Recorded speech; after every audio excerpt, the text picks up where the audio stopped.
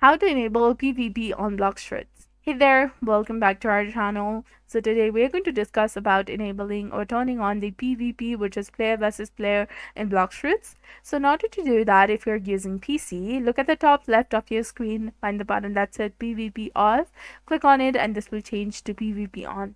And if you're using mobile, you can tap on the menu icon or the three lines on the side of your screen and then tap on PvP toggle. Tap it to turn the PvP on, and if you want to turn it off, simply toggle it again.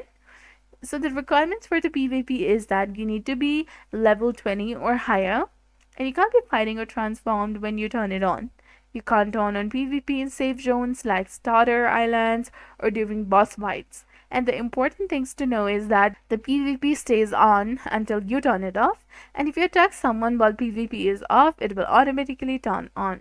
And when PvP is on, other players can hurt you. So be careful. So that's it for this video. I hope you found it helpful. If you did, please like, share, and subscribe. Thanks for watching.